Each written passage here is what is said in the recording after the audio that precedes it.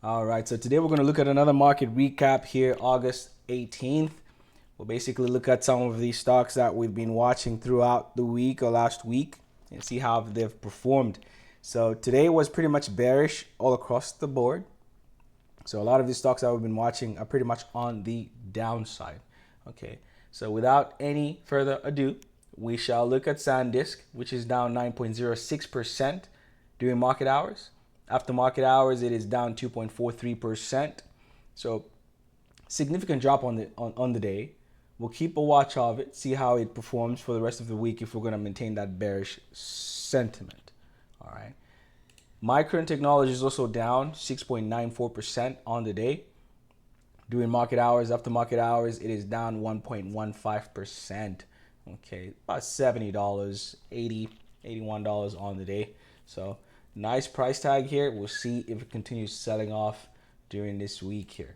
Palantir is also down 0.55% during market hours. After market hours, 0.40%. All right. NBIS as well, down 7.58% during market hours. After market hours, down 2.05%. AMD, it is down 4.21% on the day during market hours. After market, 1.15%. NVDA is also down 2.32% during market hours. After market hours, pushed down a little bit more, about 0.33%. All right. CoreWeave as well is down 12.10% on the day.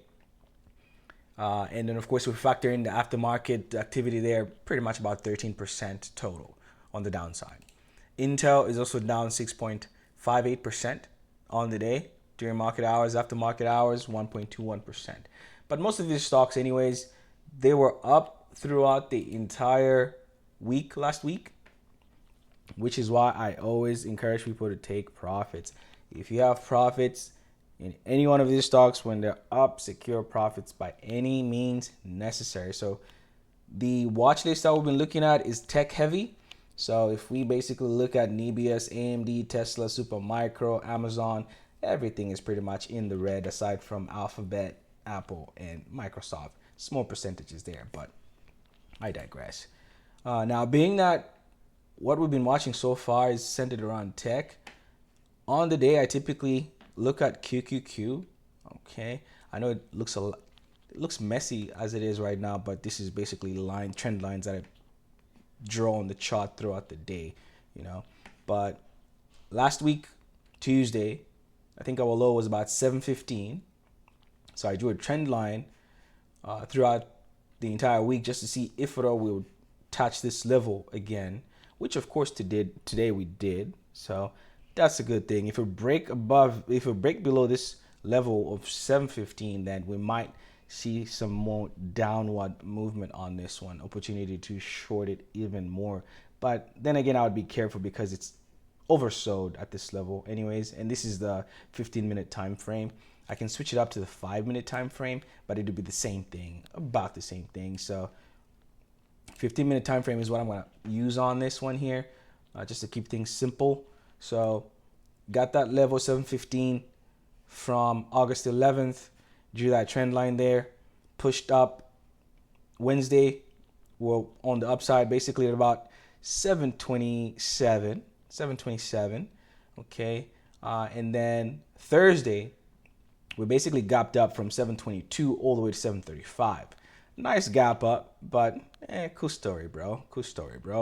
I was basically waiting for it to go back on the downside. So again, I drew a trend line there, seeing if we would cross below this level any of the trading days to come there. So lo and behold, we did. This was Friday. Friday, we still stayed above that level, but after market, our activities looks like we broke below that level there. So now this was Monday. This was yesterday. So we broke below that level from Thursday. Okay, so we got that Thursday low, broke below that level, kept selling off, and then guess what? We're basically touching that Tuesday low point as well. So being that the market is bearish, I'm going to keep watch of this, see if at all we're going to break below that Tuesday low, and then see how much further we can go. Okay, but again, you have to be careful in shorting at these levels because it is oversold already. But it's just a matter of keeping watch of the MACD as well, looking at your momentum, and then looking at the oversold and overbought levels. All right, so this is typically a good tool to use whenever the market is either bearish or bullish, especially the tech companies. You can easily capitalize on either side of the directional spectrum. So yeah, thank you for tuning in. We shall see how the market behaves overall this week. We'll see if it will maintain that bearish sentiment. Okay, so stay tuned. We shall analyze this a lot further, and I think one of my next videos I'll pretty much explain why I do what I do when I draw these trend lines, and cross-reference with the EMAs and RSI and MACD. But yeah, stay tuned. I'm gonna have something for y'all. Thank you again for tuning in. You'll have a good one, and stay positive on the market. Stay green. Make sure you close green. All right, good luck to everybody. Let's all make some money on this market. All right.